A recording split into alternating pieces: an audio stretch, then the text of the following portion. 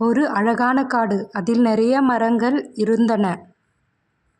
2 அண்ணன் தம்பி குருவிகளும் இருந்தன. அண்ணன் லலித் மற்றும் தம்பி ஜெய். டேய் தம்பி ஜெய், இன்னைக்கு நம்ம நிறைய இடத்திற்கு போய் விளையாட வேண்டும். நிறைய புதிய இடங்களுக்கு சென்று புதிய விளையாட்டுகளை விளையாட வேண்டும். அம்மா லலித் அண்ணா, எனக்கும் ஆசையாக இருக்கு. அம்மாவுக்கு தெரியாமல் நிறைய புதிய இடங்களுக்கு சென்று விளையாட வேண்டும். திடீரென தாய் பறவை வந்தது. டேய் பசங்களா, நான் முட்டையை பாதுகாக்க வேண்டும். நீங்கள் வெகு தூரத்தில் விளையாடாதீர்கள், இங்கேயே அருகில் விளையாடுங்கள்.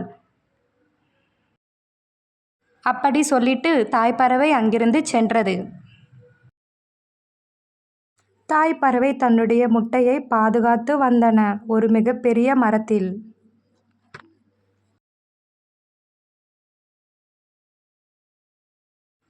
பறவைகளும் அம்மாவுக்கு தெரியாமல் புதிய இடத்திற்கு சென்று விளையாடியது.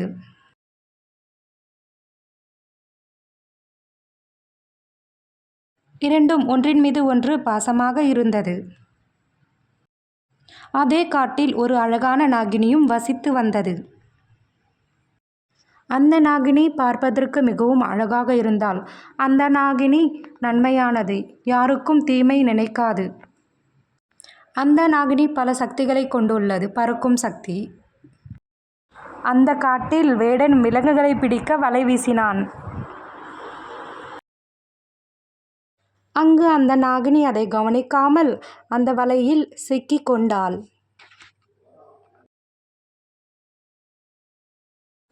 இங்கு யாராவது இருக்கிறீர்களா? காப்பாத்துங்கள், காப்பாத்துங்கள்! அந்த குரலை கேட்டு அங்கு பறவைகள் வந்தன.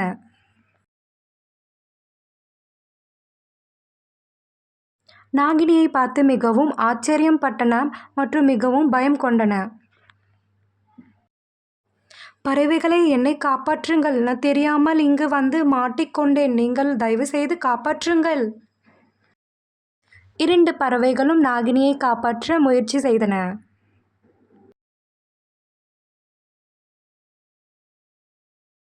கடைசியில் லலித் பறவை நாகினியை காப்பாற்றியது.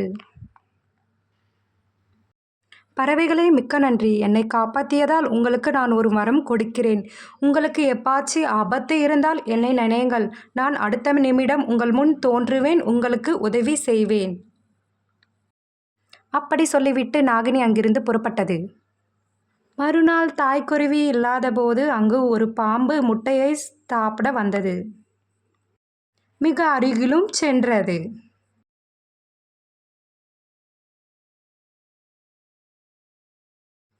ஐயையோ, பாம்பு! அம்மா இல்லாத அப்போ பாம்பு வந்திருக்கு. இப்போ அந்த முட்டையை சாப்பிட போகுது. நம்ம என்ன செய்ய வேண்டும்? எனக்கு மிகவும் பயமாக உள்ளது தம்பி ஜெய். பின்பு நாகினியை மனதில் நினைத்து கொண்டது. பசங்களா, கவலைப்படாதே, நான் வந்துவிட்டேன். பாம்புவை நாகினி தூரமாக தூக்கி போட்டாள். ரொம்ப நன்றி நாகினி அம்மா. நீங்கள் இல்லையென்றால் என்னுடைய அம்மா முட்டை சாப்பிட்டிருக்கும். பாம்பு, ரொம்ப நன்றி உங்களுக்கு.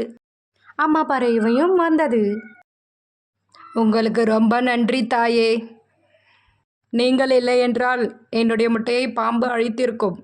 இல்லை தாய் பறவையே, உங்கள் பிள்ளைகள் தான் என்னை ஒரு நாள் காப்பாற்றியார்கள். உங்களுக்கு தான் நான் நன்றி சொல்ல வேண்டும். ஏதாவது உதவி வேண்டுமென்றால் என்னை நினையுங்கள், நான் உதவுவேன் உங்களுக்கு. அப்படி சொல்லிவிட்டு அங்கிருந்து நாகினி சென்றது.